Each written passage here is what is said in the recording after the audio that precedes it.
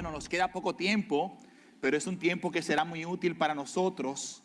Así que les suplico que me acompañen a la escritura, al capítulo 2 del libro de Hechos. Hoy voy a provocarlos un poco con un tema que va probablemente a sacarnos de nuestra zona de confort. La pregunta que quiero tratar de responder es ¿cuándo no es? Muchas gracias. ¡Ay, qué hermoso! Gracias, mi amor. La pregunta que quiero tratar de responder esta mañana, ¿cuándo bueno no es bueno suficiente? Repito, es bueno, pero no es bueno suficiente. Hay muchas cosas en la vida que nosotros tenemos que alcanzar en nuestros proyectos personales, en nuestros proyectos espirituales, y hay un peligro latente de caer en lo que algunos llaman la zona de confort. Para nosotros como familia, esa zona de confort sufrió un atracón recientemente con la salida de Sara. Es decir, realmente nos ha movido en otra dirección. Y yo no sé cuál es la cosa que a ti te va a sacar de tu zona de control, pero tenemos de confort. Nosotros tenemos que entender que muchas veces, aunque estamos incómodos en la zona de confort, nos quedamos allí atracados, sin movernos. Y una de las cosas que sin duda uno ve en la iglesia, una de las cosas que uno aprende en la iglesia y que uno aprende en la escritura, es que la escritura constantemente nos está tratando de mover hacia adelante. Yo creo que Pablo entendía muy bien cuando decía, olvidando ciertamente lo que quedó atrás. Uno no vive de los éxitos pasados. Uno no vive de los logros pasados. Uno debe extenderse siempre hacia adelante. Hay mucho terreno que cubrir, hay mucho que descubrir. A mí me encanta cuando yo veo la escritura como un álbum de fotografías. Cuando yo veo la Biblia como un álbum de fotografía y cuando llego al capítulo 2, yo descubro uno de los elementos que me sacan de la zona de confort. ¿Qué veríamos nosotros si entramos a Hechos, el capítulo 2? Mira lo que dice el texto. En el versículo 2, cuando llegó el día de Pentecostés, estaban todos juntos. Quiero que notes esto. En un mismo lugar. Ahora, en el mismo capítulo, mira el verso 37. Después de lo que ocurrió en aquel lugar, dice, al oír esto, la predicación de Pedro, luego que bajaron de aquel lugar, del aposento alto, Pedro predica aquel sermón y esta es la respuesta de los que escuchan. Al oír esto, aquellas personas compungidos de corazón dijeron a Pedro y a los demás apóstoles, hermanos, ¿qué haremos? Y Pedro les dijo, arrepentíos y sed bautizados cada uno de vosotros en el nombre de Jesucristo para perdón de vuestros pecados y recibiréis el don del Espíritu Santo. Porque, verso 39, porque la promesa es para vosotros y para vuestros hijos y para todos los que están lejos. Ahora nota cómo este texto termina. Para tantos como el Señor nuestro Dios llame. Mira el 41. Entonces los que habían recibido su palabra fueron bautizados y se añadieron aquel día como 3,000 almas. Y ahora pasa a describir la vida en aquel momento. Y se dedicaban continuamente. No sé si escuchaste esto. No era los domingos. Se dedicaban continuamente. Una indicación de que cada día de la semana estas personas se dedicaban continuamente a la enseñanza de los apóstoles, a la comunión, al partimiento del pan y a la oración. Todos los que habían creído nuevamente estaban juntos.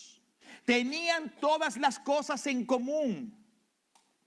Ahora, si saltas al capítulo 4, al 32, escucha nuevamente esta descripción.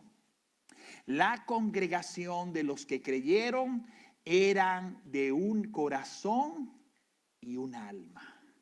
Ninguno decía ser suyo lo que poseía, sino que todas las cosas eran de propiedad común. Con gran poder los apóstoles daban testimonio de la resurrección del Señor Jesús. Dice, y abundante gracia había sobre todos ellos. ¿Te das cuenta? Mira, cuando uno ve estos pasajes como imágenes, como fotografías, ¿qué pudiéramos escribir al pie de cada foto? Bueno, hay tres cosas que pudieran ser escritas. Una iglesia que ora unida, ¿cierto? Estaban orando en el aposento alto. Una iglesia que proclama el evangelio unida. Y una iglesia que vive en comunidad, y aquí valga la redundancia, como dice un amigo mío, unida. ¿Cuál es el corazón de todo esto? Una iglesia que siempre se mantiene unida. Ahora, piensa por un minuto lo que significó para estos 120, 120, aquí hay 100 personas, 80 personas. Imagínate lo que significó para estos 120 que estaban en su zona de confort, porque eran de los que decían, qué bueno es estar en una iglesia pequeña, me encantan las iglesias pequeñas.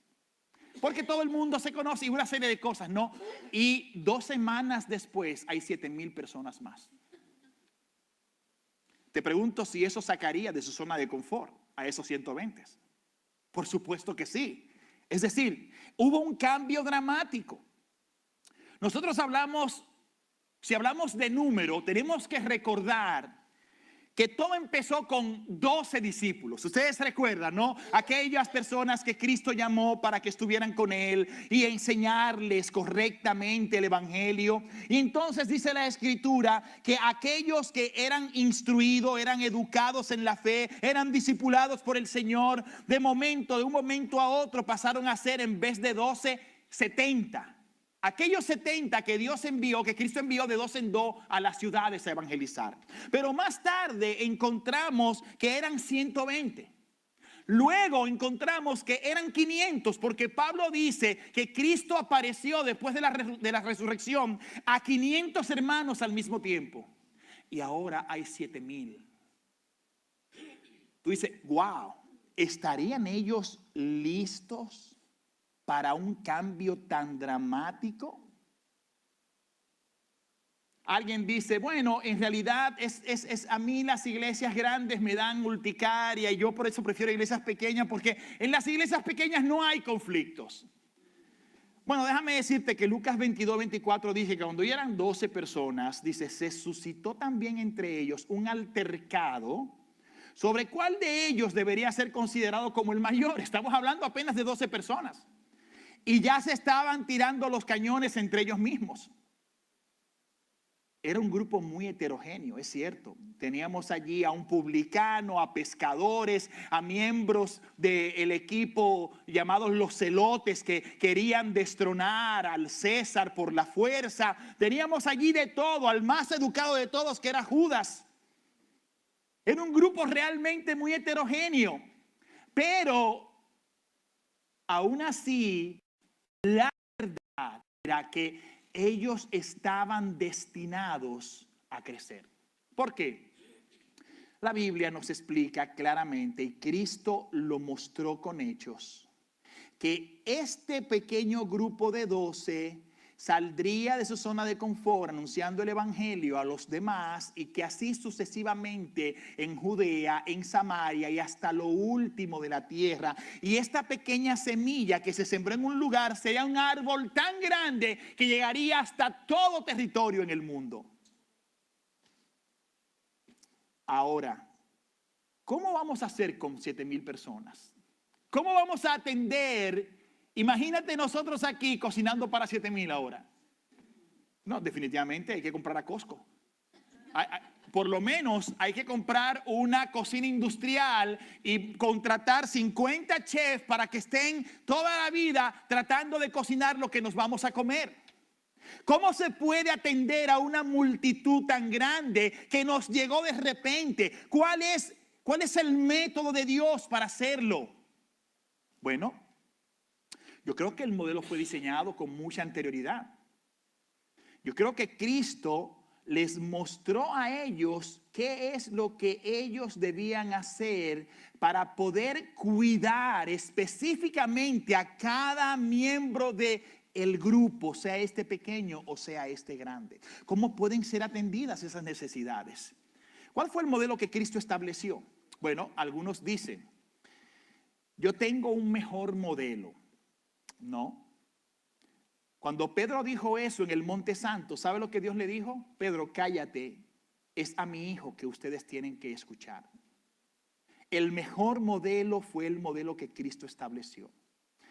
Y hay dos milagros en el Nuevo Testamento que están considerados como los milagros que más personas impactaron en un mismo día.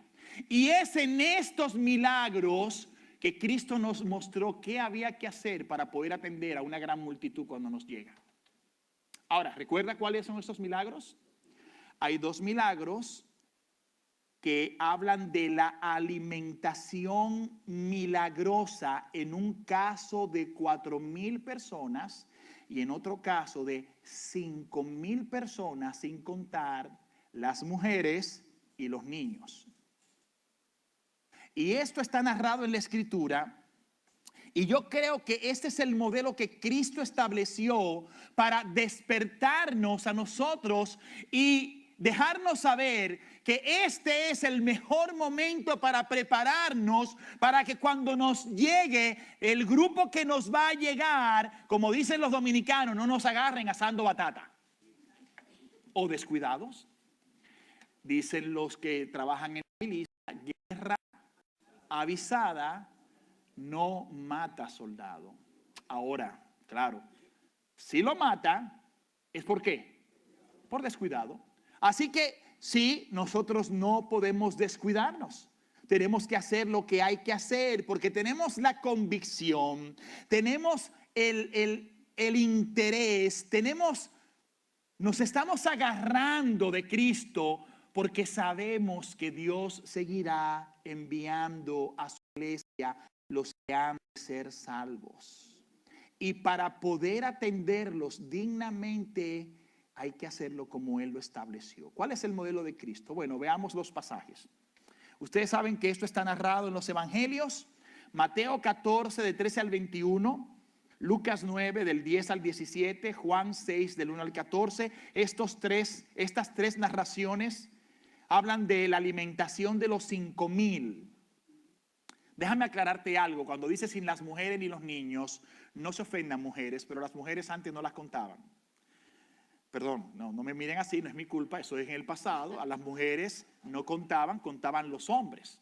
Ahora, si tú haces un cálculo ligero de 5,000 hombres y que por lo menos la mitad de ellos andaban con sus mujeres, ¿cuántos serían las personas que estamos hablando ahora?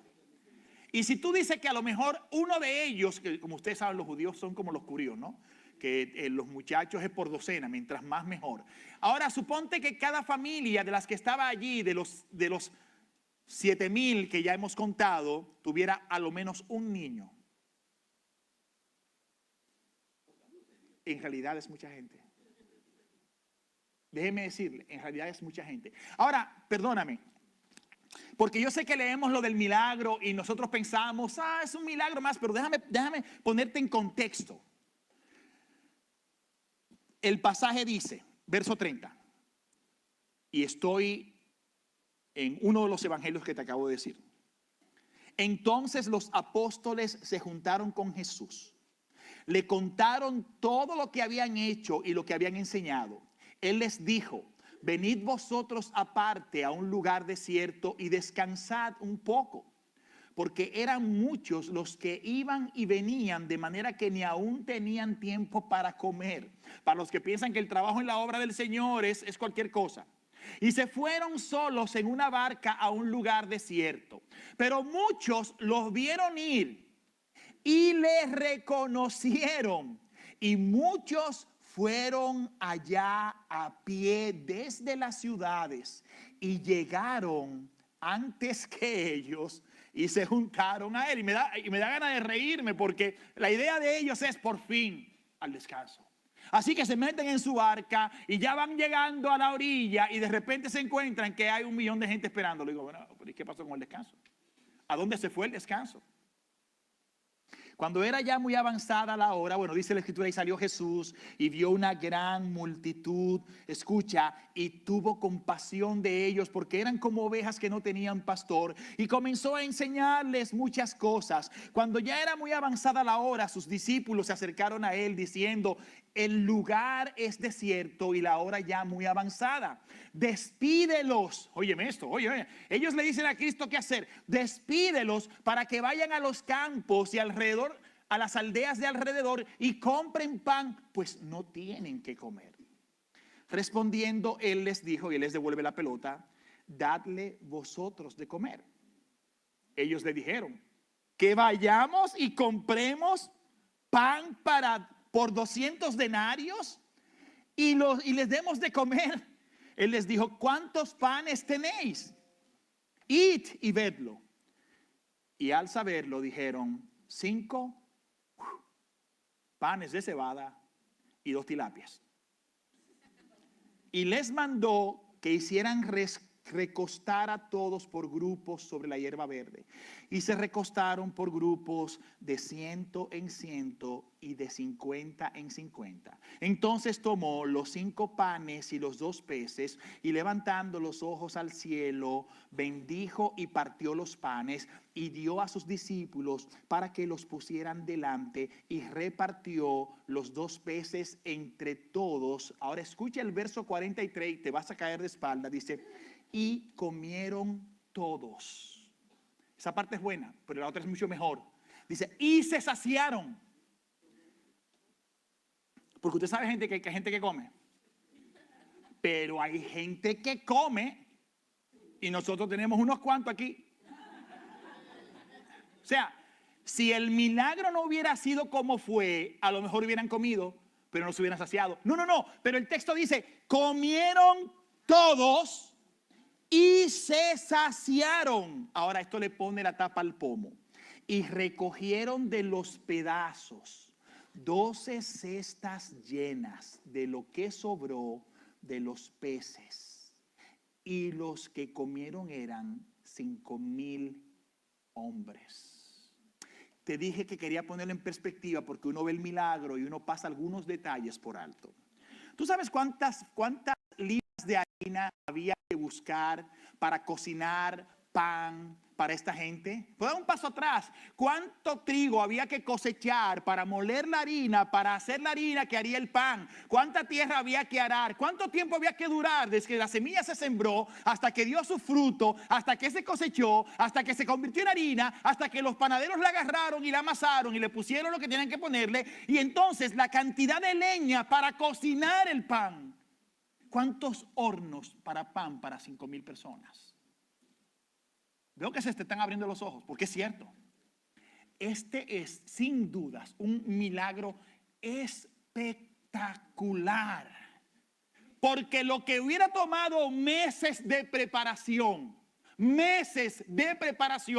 ocurrió en un solo instante. Por la gloria y la gracia y el poder que Cristo tenía sobre él, para mostrarle a todos los que se hartaron ese día, que el que estaba allí era más que un profeta. Era el Hijo de Dios.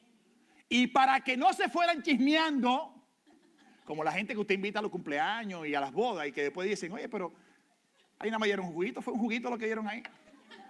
Tú sacabas el bizcocho, así se podía ver la luna, y mira, era un cuarto menguante. Bueno, usted sabe que por eso la gente dice, mira, me voy para un crucero, porque cada vez que hago una fiesta siempre hay un problema. Me lo voy a gastar yo y mi familia en un crucero. Bueno, volvamos al tema.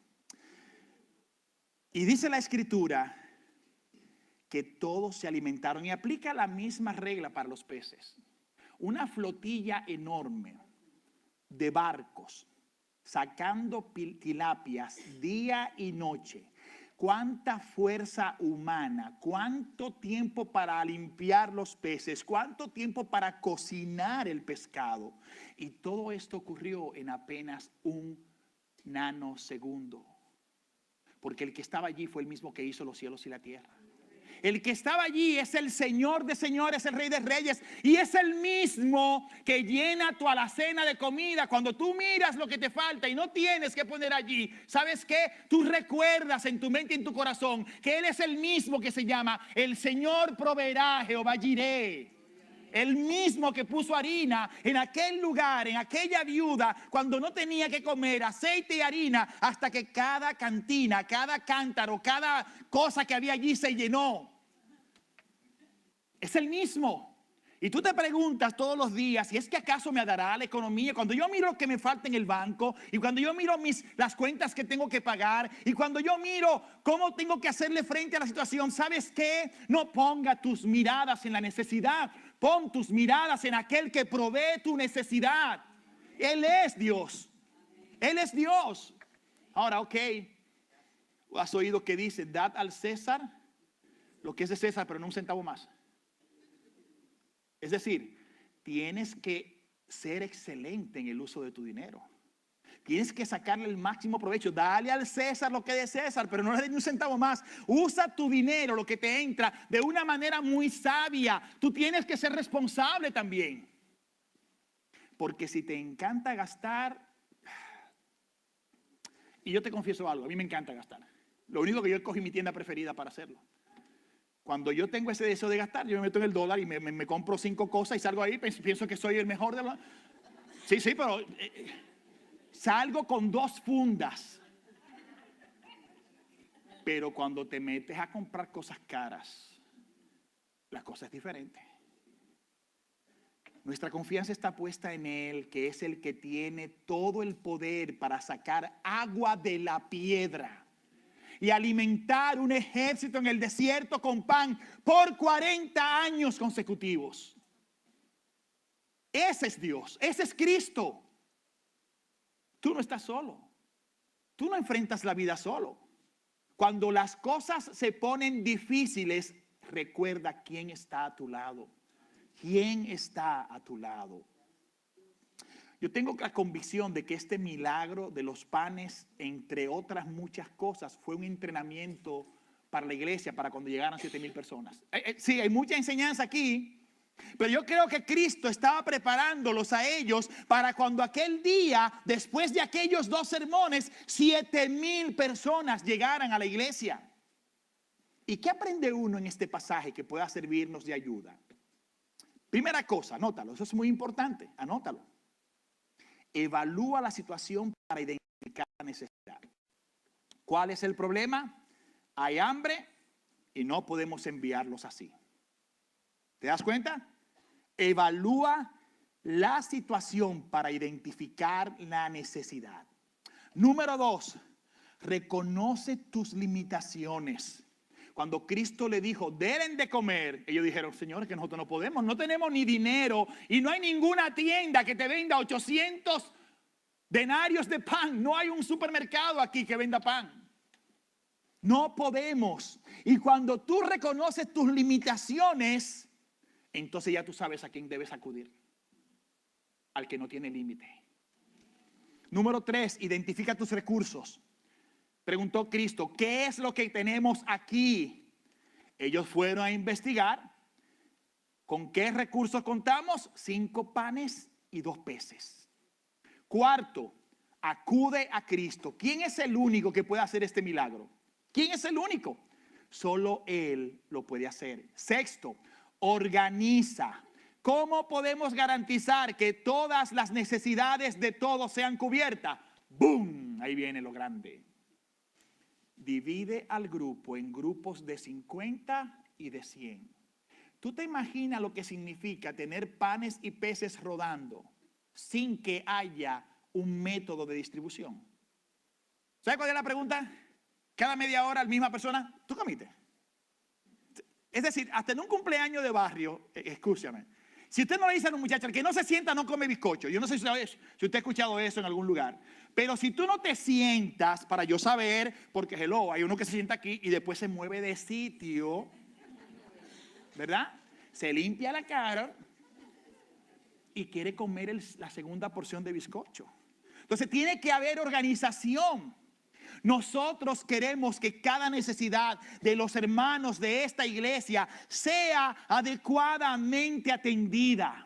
Nosotros tenemos que identificar el problema, nosotros tenemos que reconocer nuestras limitaciones, nosotros que tenemos que identificar nuestros recursos, tenemos que ir a Cristo constantemente porque de Él sale todo, y organizar en grupos de 50, de 100, de 12 y de 20 para que cada persona sea asistida correctamente.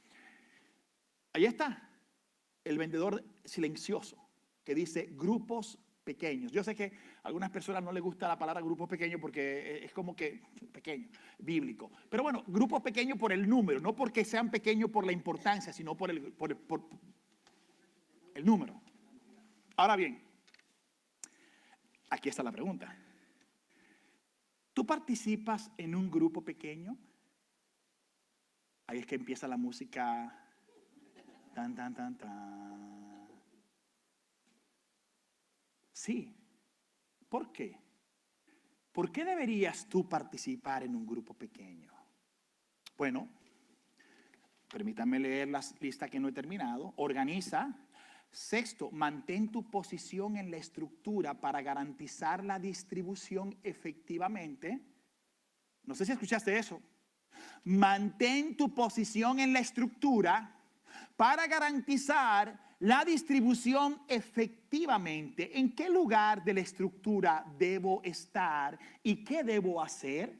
¿Cuál era la estructura de distribución que estaba organizada en aquel lugar para alimentar a esa multitud?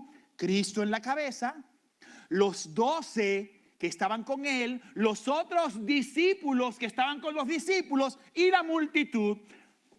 Imagínense a Pedro tratando de hacer el milagro. Se muere la gente de hambre. Pedro tratando de hacer el milagro. O un desconocido queriendo hacer el papel de los discípulos. No. Cada parte tiene su lugar en la estructura. La gente no pone el techo en el piso.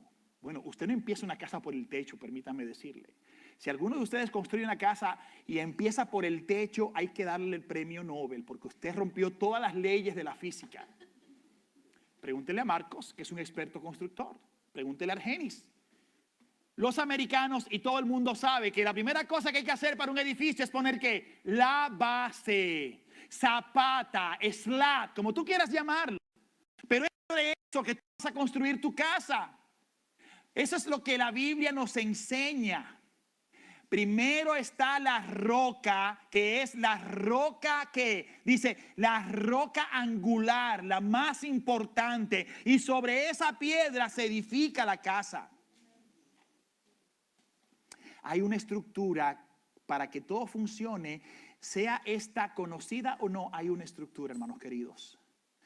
Séptimo, evalúa los resultados. ¿Cuál era el objetivo de la tarea? Que todos comieran, ¿cierto? La pregunta es si se evaluaron los resultados. Sí, porque dice, todos comieron y se saciaron. Y octavo, cuida con celo los recursos que sobran. ¿Sabe por qué? Porque hay más días en el mes. Es decir, ¿debo desperdiciar o usar irresponsablemente los recursos que fueron fruto de este gran milagro? No. Por eso, después que todo el mundo comió, la tarea era obvia. Hay que recoger lo que sobró. ¿Cierto?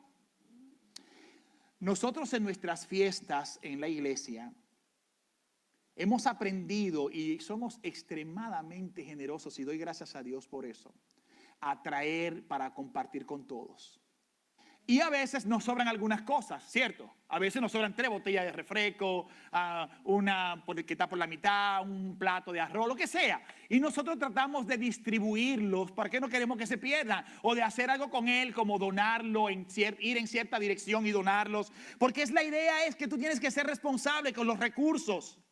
Si Dios proveyó los recursos, tú no puedes despilfarrar los recursos que Dios proveyó. Porque eso no es un buen administrador. Ahora, hasta aquí, porque el tiempo se nos acabó. ¿Está claro? Como decía un viejo político dominicano, ¿se oye o no se oye? ¿Se oye? Ok. Mi último punto, porque ya el tiempo me ahoga. Alguien me dijo una vez, mira, sí, yo entiendo, pero es que yo soy alérgico a los grupos. Yo entiendo, pero es que en realidad eso de estar en un grupo no es fácil. Yo no estoy acostumbrado.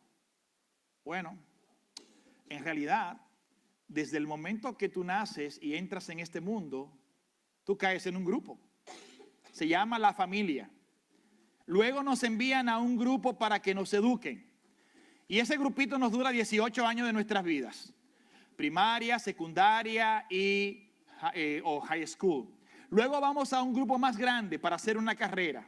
Y a lo mejor si terminamos la carrera caemos en ese grupo, que puede ser un grupo de doctores, un grupo de enfermeros, un grupo de vendedores, un grupo de administradores, un grupo de cocineros. Si tenemos suerte y nos casamos, nos metemos en otro grupo. Y tú me dices que no estás acostumbrado a vivir en un grupo. Give me a break. Dios creó al ser humano para vivir en comunidad. Dios creó al ser humano para que no viviera solo. La razón que Dios trajo a Eva delante de él fue una sola. No es bueno que el hombre esté solo. Ojo. Ojo, compañeros, hermanos, escúchenme, caballeros.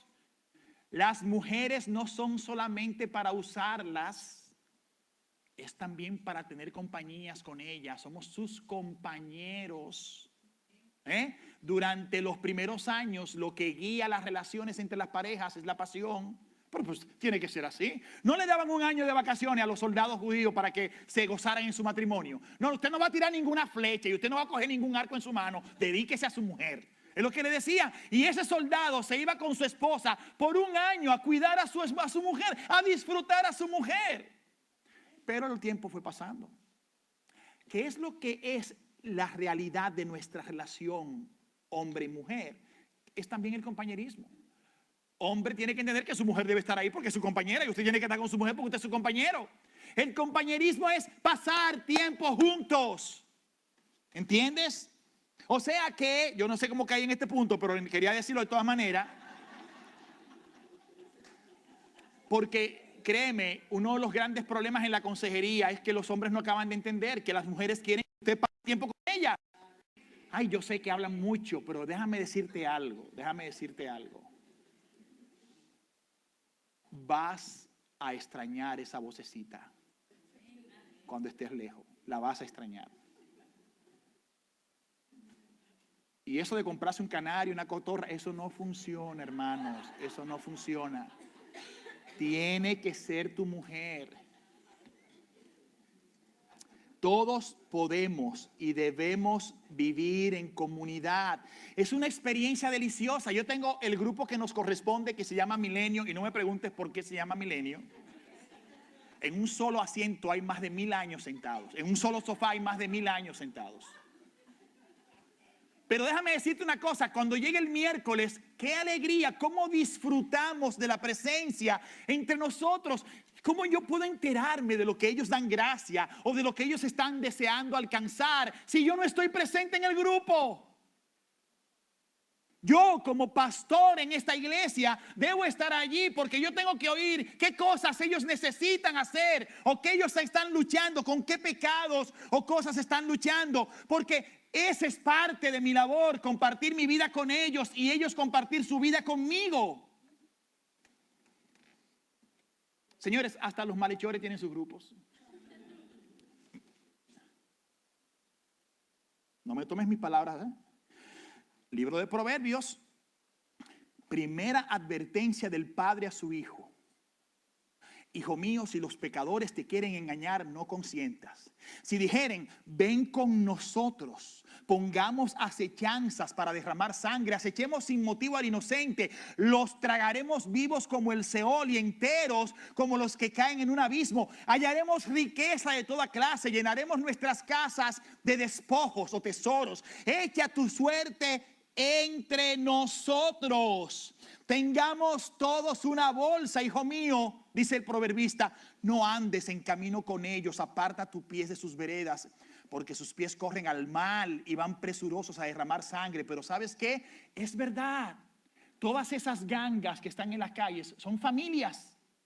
Y los muchachos que se meten ahí salen de familias disfuncionales y encuentran respeto y apoyo en esos lugares. Hasta los malhechores tienen sus grupos. Amado mío, hermano querido, este mes vamos a estar motivando tu alma y tu corazón para que regreses a un grupo pequeño, para que entres en un grupo pequeño, para que pongas tu mirada, tu atención, aproveches por tu propio bien, echar fuera las excusas que te detienen de disfrutar una de esas experiencias maravillosas que es vivir la vida juntos. Vivir la vida juntos. Y no puedo más, hay que parar hasta acá. Que el Señor nos ayude a entender esto. Hay un plan claro en la Escritura establecido. Y es un plan que es para el bien de tu alma. 7,000 personas, no había ningún templo en Jerusalén que pudiera tener 7,000 personas al mismo tiempo. Pregunto, ¿dónde se reunían entonces? Por supuesto, en las casas. ¿Y cómo lo hacían? Por la conveniencia del lugar donde vivían. Cuando Pedro salió de la cárcel, ¿a dónde fue? A una casa. ¿Por qué? Porque parte de la iglesia se reunía en esa casa para orar. Yo estoy seguro que si yo voy el lunes a la casa de Karel, yo voy a encontrar un grupo reunido allí. Si yo tengo una necesidad de oración y yo voy el lunes, yo voy a encontrar un grupo. Si yo voy el jueves a la casa de Rubén, yo voy a encontrar un grupo. Si yo voy el miércoles a la casa de Jo, yo voy a encontrar un grupo. Esa es la idea. La idea es que tú tengas un lugar al cual ir cuando tú necesites, que tus hermanos te apoyen en oración. Si vas allá, bueno, no sé si vas a querer ir allá a West Palm Beach, pero si alguna vez te tropiezas por West Palm Beach y quieres ir a un grupo, primero llama por si acaso, ¿verdad? Y luego vas a la casa de Manuel. Esa es la idea. ¿Estamos cómo? No solo en lo grande, también en lo pequeño. Vamos a orar. Gracias a todos por su atención y paciencia. Esta mañana ha sido un poco larga, pero damos gloria a Dios por la oportunidad de ser ministrados con la palabra. Así que nos ponemos de pie para nuestra oración final y nos preparamos para nuestra última canción. Bendecimos a Cristo por una mañana tan hermosa que nos ha dado. Que el Señor nos bendiga. Oremos. Padre, queremos darte las gracias por darnos la oportunidad de volver a tu palabra nuevamente, entender la necesidad de que nos mantengamos juntos como una sola iglesia. Padre, danos también la oportunidad de entender el beneficio de yo poder encontrar durante la semana un grupo en el cual mis necesidades pueden ser atendidas. De compañerismo, de adoración, compartir mis cargas, mis penas, mis alegrías, llorar, reír. Oh Padre, ayúdanos a entender eso. Y gracias, Señor, porque tu palabra habla con tanta claridad de todos estos temas. Oh, te bendecimos y también te pedimos tu bendición sobre nuestros diezmos y ofrendas. Glorifícate tú, Señor, en nuestras vidas, en lo particular, y como iglesia, Señor, queremos reflejar como cuerpo de Cristo la gloria de Cristo al mundo. Gracias, gracias, Señor. Te bendecimos. Te damos a ti el honor que solo tú mereces. Amén y amén. Gracias, amados.